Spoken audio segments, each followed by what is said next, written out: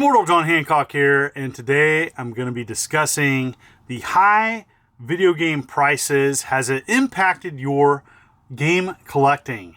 And I've talked, I've done a few videos like this in the past. It's been a while since I've discussed this, but gosh, recent prices have gotten pretty expensive, and with inflation up, high gas prices. Has that impacted your game collecting? And I'm mostly going to be focusing on retro game collecting and not playing. So the emphasis of today's discussion is collecting physical or collecting actual releases. And this has been on the minds of many collectors out there. I've had people message me. I've really had these discussions with people at conventions about the high game prices. And, this is not going to be a doom and gloom discussion. It's not a crash, but more of a personal question. Has the high game prices impacted your collecting? And, this is going to be a different answer for everybody. And just wanted to have this discussion, apply it to myself as well. It has. And so the high game prices, as I look everywhere, astonish me. Maybe you're a longtime collector such as myself. I've been collecting nearly 30 years. And, I've had things in my collection a long time. And, looking at the prices now, it's crazy, some of the prices of what these games and old consoles are going for. The equivalent of getting a modern day console or several new modern day games. And so, the market is constantly changing. It's I would say there's been some points in the last, 20 years in which I can say, oh yeah, that year was a big year. Like around 2005, it seemed like retro collecting got more mainstream. And by 2015, it was in full swing. But now looking at it, I think the public opinion always changes about collecting retro games. And, one of the big things is availability. I think there's less retro gaming stores now than there was even a few years ago. And, looking in my own area, there's just not as many retro game stores offering video games. And the other places that are offering video games have less stock. Now, that might be different in your area. There's some wonderful retro game stores that are offering a wide variety of games. And, with the current high prices, your retro game store may actually see an increase in stock because people might be selling their collection, looking at the high game prices and asking yourself, is it time to sell?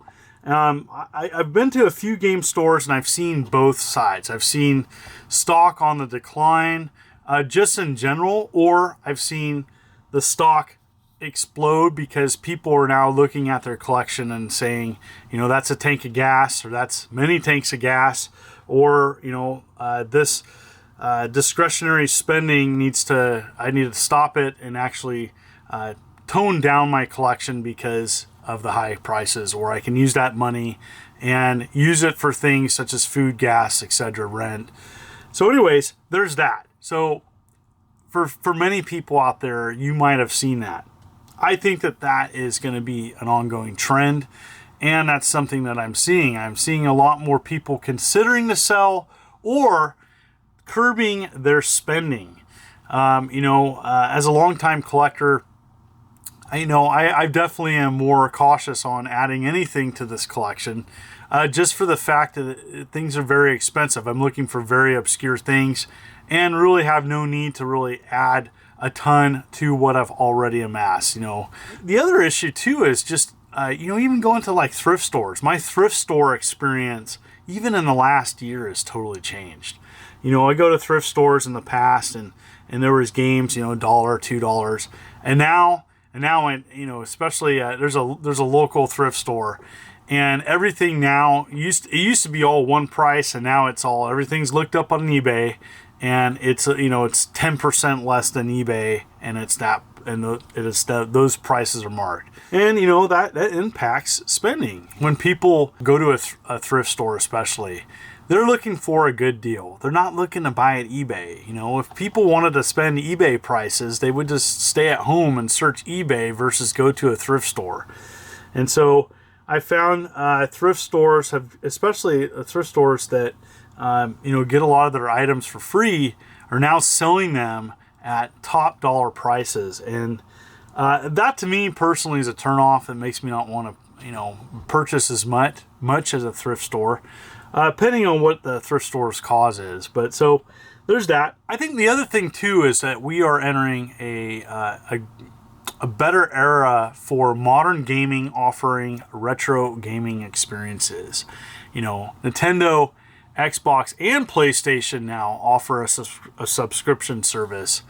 And, you know, that subscription service and the games offers varies. It doesn't cover everything, but for a larger portion of the public, that might be a viable option. You know, Nintendo offers some classics. I wish they offered a ton more, but they're working on it, hopefully. PlayStation just announced their subscription service. I've checked it out. It's all right.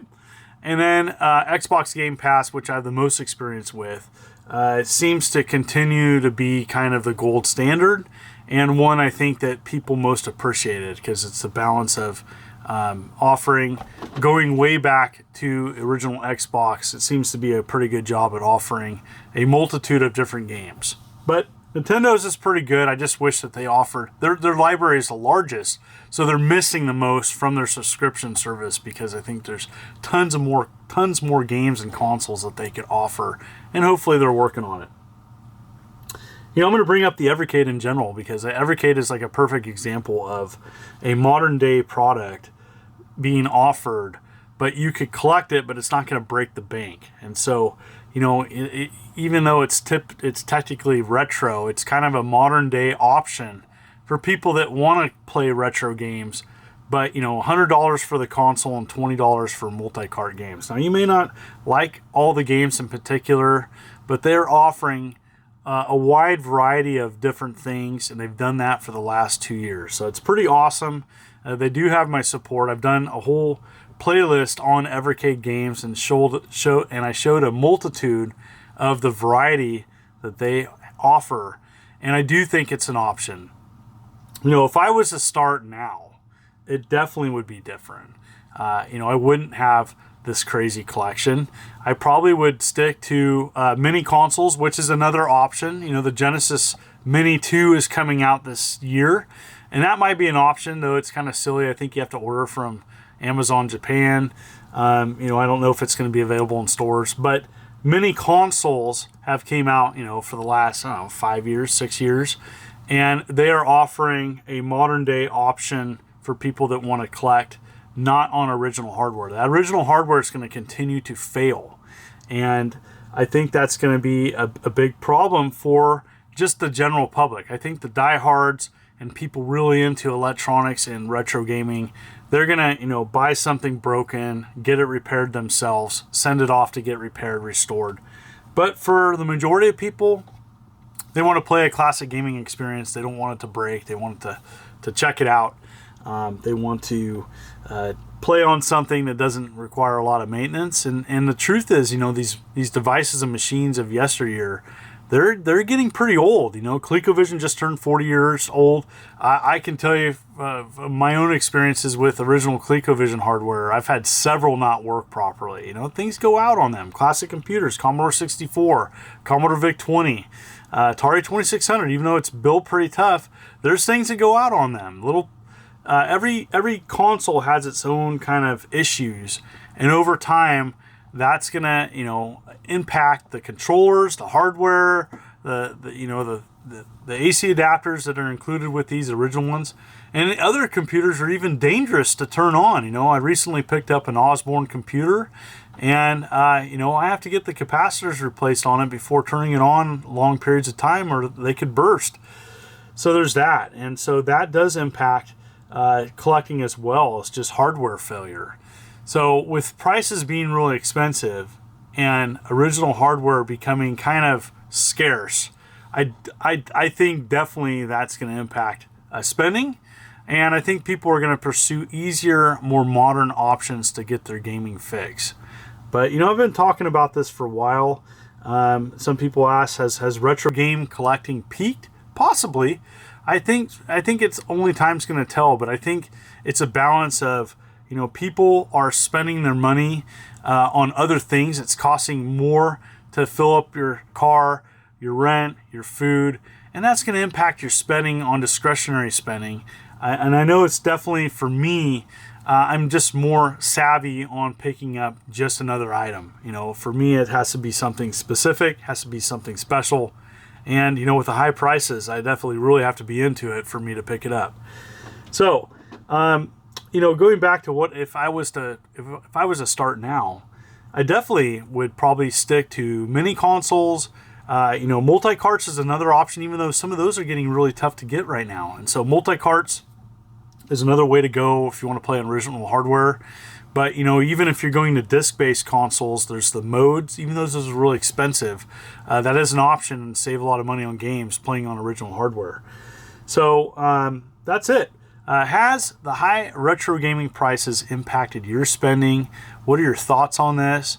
Are you someone that mostly sticks to modern game consoles and handhelds and then gets your retro fix that way? I would love to hear from you. And as always, I want to thank everybody for coming to my channel as I just passed 125,000 subs. I want to thank everybody for the ongoing support. And definitely in the comments below, you can give your thoughts about this topic. And thank you for coming to my channel. This is the Immortal John Hancock. You take care.